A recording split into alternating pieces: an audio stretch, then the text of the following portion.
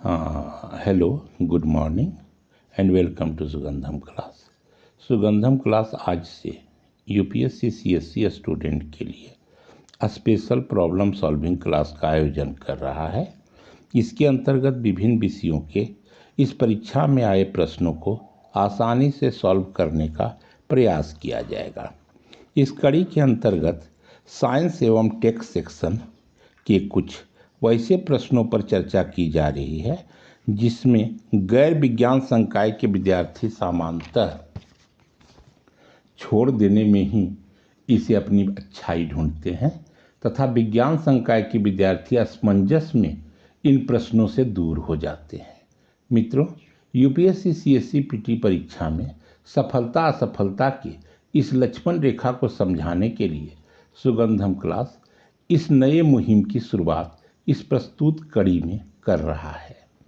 आज के क्लास में केमिस्ट्री के अंतर्गत कुछ प्रश्नों पर चर्चा होगी तथा उसे हम लोग आसानी से सॉल्व करने का प्रयास भी करेंगे।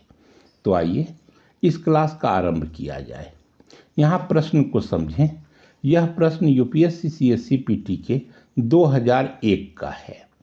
नीचे दिए गए हाइड्रोकार्बन को उनके आणविक भार के सापेक्ष बढ़ते क्रम में सजाएं। Ethane, butane, propane, methane. अब इस प्रस्तुत प्रश्न को हम आसानी से हल करने का प्रयास करते हैं। सर्वप्रथम इथेन का आणविक भार निकालते हैं। इथेन का अणुसूत्र होता है C2H6 और हमें यह अच्छी तरह से ज्ञात है कि कार्बन का आणविक भार 12 ग्राम तथा हाइड्रोजन का 1 ग्राम होता है। अब हम इथेन तथा अन्य हाइड्रोकार्बन के आणविक भार को निकालते हैं। इथेन जिसका अणुसूत्र C2H6 है, इसको हल करें। 2 गुने 12, चूँकि 2 कार्बन का अणु होने के कारण 2 गुने 12 प्लस 6 हाइड्रोजन के होने के कारण 1 गुने 6 अर्थात 24 प्लस 6 इक्वल टू 30 ग्राम होगा। ब्यूटेन का आणविक भार अणुसूत्र के सापेक्ष पहले समझें। ब्यूटेन का अणुसूत्र C4H10 होता है अर्थात 4 गुने 12 प्लस 1 गुने 10 बराबर 48 plus 10 equal to 58 gram. Propane का अणुसूत्र C3H8 होने के कारण 3 गुने 12 प्लस 1 गुने 8 बराबर 36 प्लस 8 इक्वल टू 44 ग्राम। एवं मीथेन का अणुसूत्र CH4 होने से 1 गुने 12 प्लस 1 गुने 4 बराबर 12 प्लस 4 इक्वल टू 16 ग्राम होगा।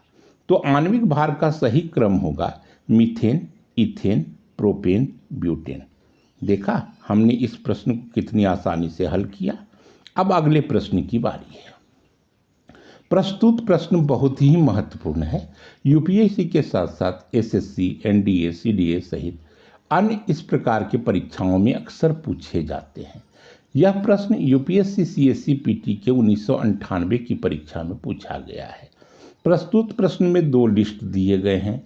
लिस्ट 1 में केमिकल कंपाउंड के नाम हैं तथा लिस्ट 2 में उनके अनुप्रयोग को दिया गया है। दोनों लिस्ट को मैच करना है। यहाँ हम लोग डायरेक्ट आंसर पर जाते हैं। पोटासियम ब्रोमाइड का उपयोग फोटोग्राफी में होता है। पोटासियम नाइट्रेट का प्रयोग गन पाउडर के रूप में, पोटासियम सल्फेट का अनुप्रयोग फर्टिलाइजर में तथा मोनोपोटासियम टार्टरेट को बेकरी में इस्तेमाल किया जाता है। अब हम लोग तीसरे प्रश्न पर चर्चा करते हैं। प्रश्न है डायमंड, संगमरमर, बालू और रूबी, जिसे मानिक भी कहा जाता है, में कौन कौन से तत्व एलिमेंट उपस्थित हैं। यहाँ उत्तर होगा डायमंड कार्बन का अपरूप है। संगमरमर में कैल्शियम यानी CaO होता है। बालू में सिलिकॉन यानी SiO2 तथा रूबी में एल्युमिनियम यानी Al2O3 उपस्थित है। यह प्रश्न यूपीएससी पीटी के 1999 में पूछा गया था। अब आज के क्लास के अंतिम प्रश्न पर चर्चा करें। यह प्रश्न यूपीएससी पीटी के 1995 की परीक्षा में पूछा गया एक महत्वपूर्ण प्रश्न है। निम्नलिखित में कौन एक मिश्रित फर्टिलाइजर है? ऑप्शन है A urea, B CAM, C ammonium sulphate, D NPK। यहाँ इस प्रश्न का उत्तर डी होगा। NPK अर्थात नाइट्रोजन, फास्फोरस और पोटासियम का मिक्स फर्टिलाइजर होता है जो मिट्टी की उर्वरा शक्ति को बढ़ाता है। देखा, हम लोगों ने इन 4 प्रश्नों का उत्तर कितनी आसानी से तलाश किया। यह प्रयास आपकी सफलता तक सुगंधम क्लास अनवरत जारी रखेगा।